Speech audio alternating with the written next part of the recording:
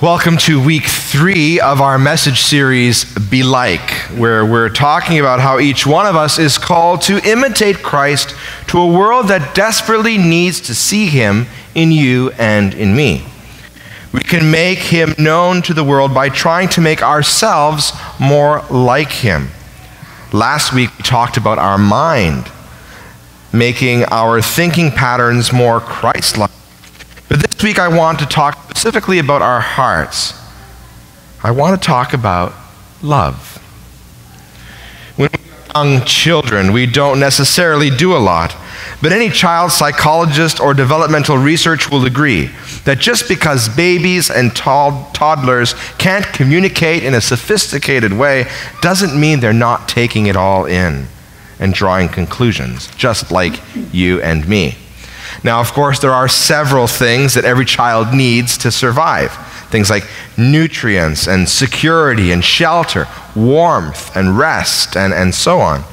But perhaps not surprisingly, even a child whose basic physical needs are supplied for will struggle severely if they do not experience loving relationships in their earliest moments. And there's a ton of research that backs this up.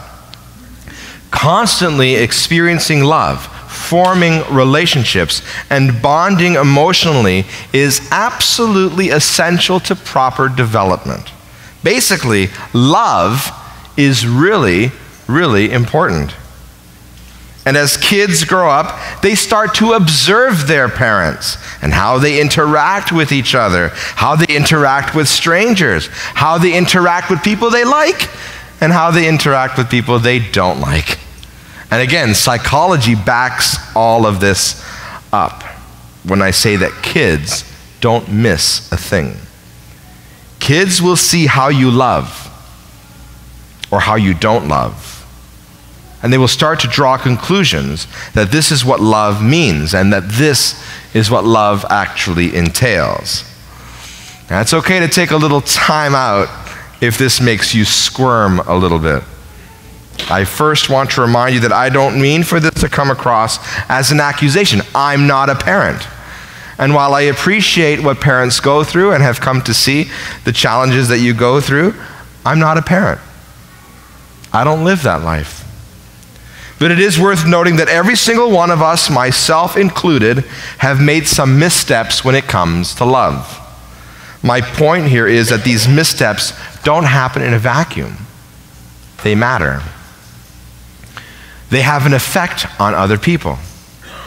By either giving them the love that they need to flourish and showing them what it means to love, or by not doing either of those things.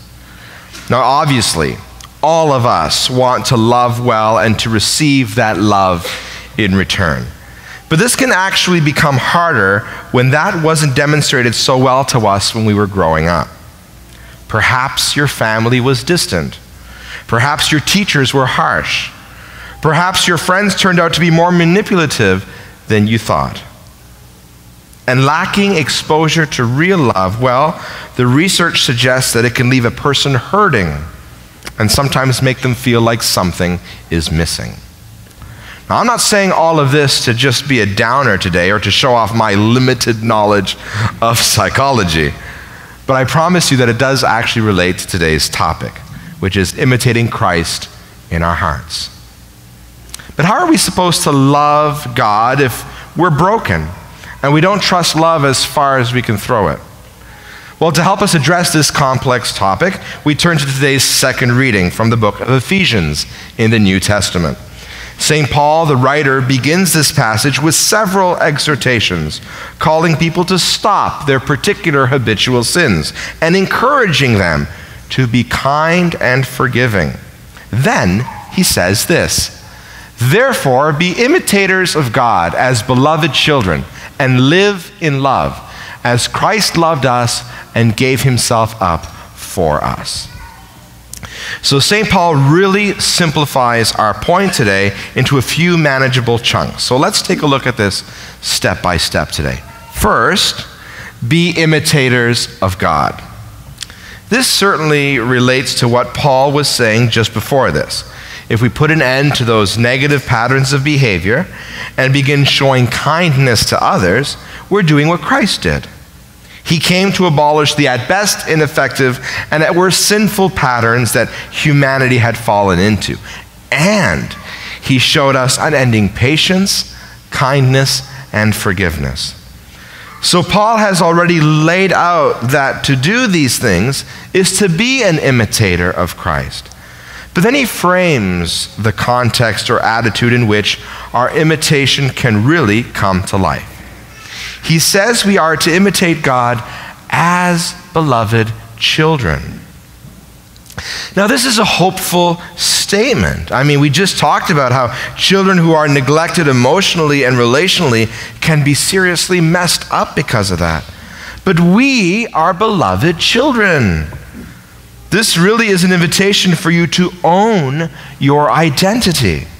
You are first and foremost a child of God. You are first and foremost a child of God.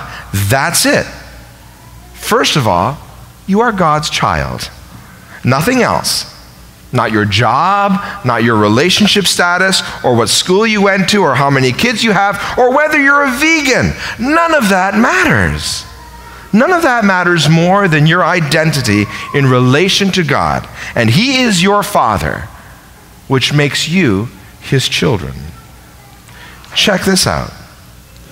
For you did not receive a spirit of slavery to fall back into fear, but you received a spirit of adoption through which we cry, Abba, Father. So no matter whether you grew up in the most loving family ever, family of the year, or you feel like your family was the definition of dysfunctional, you do not have to fear. You are a beloved child of God. Because the God who holds the universe in His hands has adopted you. He has handpicked you to be His child. Elsewhere in the Bible, we hear that God is love. So you are actually, literally, a child of love Himself. The last part of this verse says this, and live in love as Christ loved us and gave Himself up for us. How exactly did Christ love us? How exactly did He love us? Well, it's simple. He gave everything. He gave up His dignity by being stripped naked and put on display for everybody to jeer at. He gave up control of the situation by being meekly led to the cross and not complaining or resisting. He gave up His life.